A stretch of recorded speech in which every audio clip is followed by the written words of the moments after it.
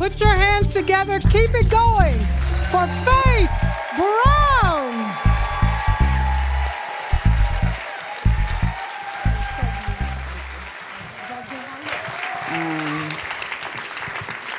Thank you. It was 9 years ago, walking through the front door of my Dearborn Heights home. My husband Greg said to me, "You know you fucked up, right?" I just sighed to myself, "Let me go to sleep, because this nigga gonna wake me up tonight." So Greg comes to the bedroom and tells me to go to the living room. So I go to the living room. I see my 19-year-old son is there. I say to myself, he woke my son up too? The next thing I know, Greg pulls out the biggest zip ties I ever seen in my life. Then tells my son that he wants him to zip ties me. My son Chad says to Greg, "Wait." Greg pulls out his gun. I tell Chad, "Just do what he says." Next, Greg yells to my 17-year-old daughter, Kara, who's in the bathroom, to hurry up and come to the living room. Later, she comes to the living room with only a towel around her, because he made her get dressed with the towel around her. And she's on this side of me on the couch, and she has no clue of what's going on. And I just remember the look on her face like Greg is on some bullshit again. I still couldn't say anything. I just looked at her, looked at the phone, looked at her, looked at the phone. It was just dinging. All I could see in my head was that if she touched that phone, he was gonna hit her with that gun. Kara sits down on the couch. Then he zip ties her hands behind her back. Then Greg says to us that he's gonna hog tie us and ask us if we know what that is. Next, he tells us to go to the basement. We look at each other like, "Go to the basement?" It was like I could hear our thoughts so loud. So when we get down to the basement, he tells us to lay down on the ground, and that's where he duct tape our mouths, our hands, ankles, and extra duct tape my legs. Greg sits down on the counter and says that he doesn't want he doesn't want our girls to be influenced by my older daughter, Kara, or to be raised by anyone in our family. At this time, Coy, who was 5, and Kaylee, who was 4, they were asleep upstairs in the bedroom. So Greg goes on and on, he's just talking. And I remember wishing that my mom was there to wake her up, because she's the only one that would get a feeling that something was wrong. So while Greg is down there talking, he's just saying that I was cheating on him and I was going to pay for what I did to him and his girls. So he leaves out of the basement. My son Chad could get his lips free from the duct tape. And he said, "Mom, did you cheat?" I told him the truth. "No, I did not cheat." I tried to calm him down. I said, "Chadney, we just need to wait for the main back door to close so that we can use the phone in the basement to call for help." Greg went in and out of the basement several different times. At one point, he even turned off the light in the basement.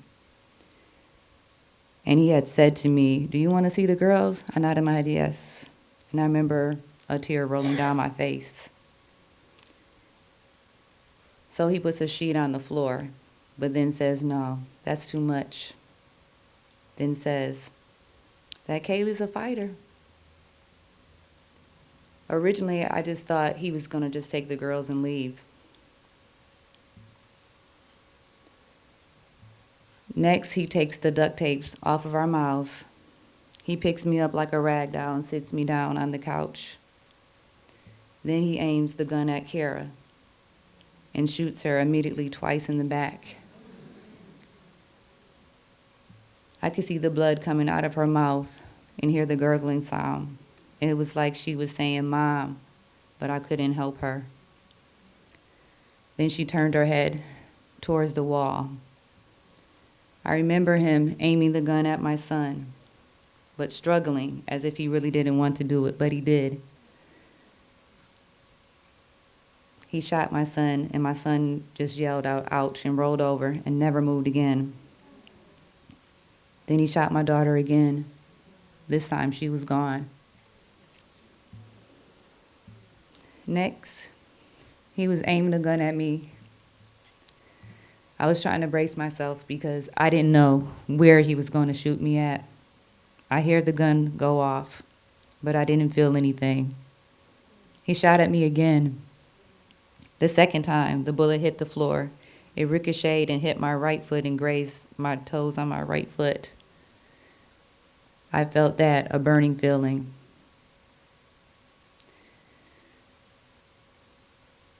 Prior to this, he said that he was going to call the police when he got done. I had no clue of what he was talking about. Next, he grabs my face. I see the box cutter, which he sliced the left side of my face, then the right side of my face. I remember shaking my head no, because he was going to cut me down the middle. He placed the gun on the stool, threw the box cutter down on the couch. I hear him make a phone call. It went to voicemail. I hear him make another phone call. I hear his niece Honor answer the phone. He says to her, "They're no longer here." She said, "Greg, what did you do? Where's Faith? Let me speak to her." He said, "She's right here." So he puts the phone up to my ear.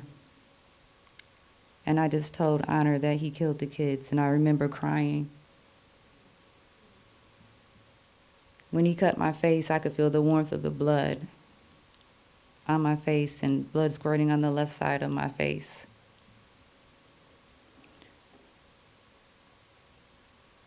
Greg walks out the door. When I hear him walking up the steps saying, my name is Gregory Green. I live at 4431 Hip Street." Then it was complete silence. I just lay there like I was dead because I didn't know if he was coming back or not. I hear a knock at the door. It's the Dearborn Heights Police Department. "Is anybody there?" I yell out, "Yes." "Come out." "I can't, I'm tied up." So they come down to the basement. I remember seeing a man with glasses looking up at him, and he cut the zip ties off my wrists because I was also losing feeling in my hands from it being so tight. Next, he placed a brace around my neck to catch the blood. During that time, I could hear them saying, "The little one's still fighting." Carrying me out to the EMS truck and arriving at the hospital. The doctors cleaned up my foot and told me how the bullet had went into the left side of my heel and out the bottom of my heel, and that my foot should have been shattered in a million pieces. And then placing another neck brace around my neck and bandages on my face. I did tell the doctor that when my family comes, there's going to be a lot of them. Next, the doctor proceeded to tell me that something I never ever even thought of. You have branches in your faces, like 1, 2, 3. Then also you have ducts, which are glands in your face. Greg had cut me so deep on the left side of my face, if he would have went an inch deeper, I would have bled to death.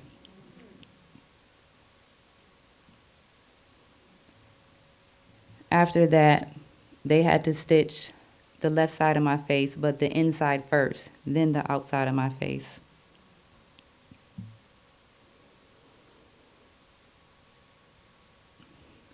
Then the doctor comes to me and asks me, he tells me that my younger 2 girls were killed by carbon monoxide poisoning and asked me if I wanted to see them, and I nodded yes.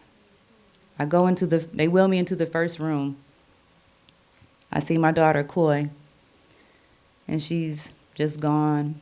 Her body's so cold. She never felt a thing. Then they wheeled me to a second room. I see Kaylee. I touched her hand. Her hand was still warm because she was the last to go. She was fighting for her life. At some point, while I was in the hospital, a social worker visited me and gave me a pamphlet full of resources. I only pulled out one pamphlet, which happened to be First Step.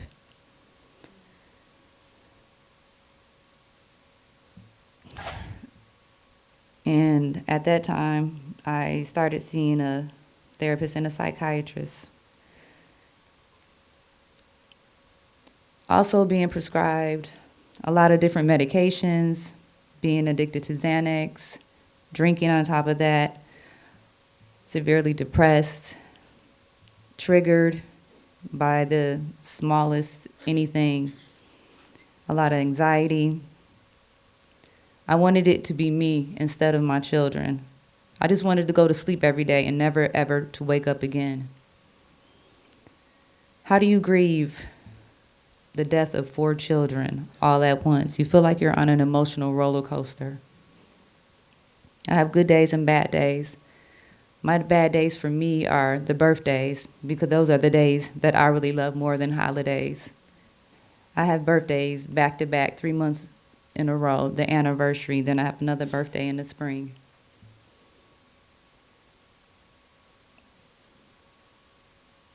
On my healing journey, what I have done is take it day by day, minute by minute, second by second, allow myself grace. My children would want me to be happy. I enjoy them. Chad, Kara, Coy, and Kaylee. They were very lovable, fun children. I got a chance to do so many different things with them, because when they were here, I eat, sleep, and breathe them. I wanted them to have the best life they could have. I do this in honor of them. I have to be their unspoken voice. And that's why I created my nonprofit, which is called Impacting Faith and Resiliency, so that I can help women and girls so they don't have to experience what I have experienced, to let them know that there are resources out there, that they can get help, and that you are not alone. Don't feel guilty for staying. Just take that first step. What was meant to break you, that's not how I wanted to say that. What was meant to destroy you is the very thing that will make you stronger. And what my saying is, I'm still standing. You didn't break me. Thank you.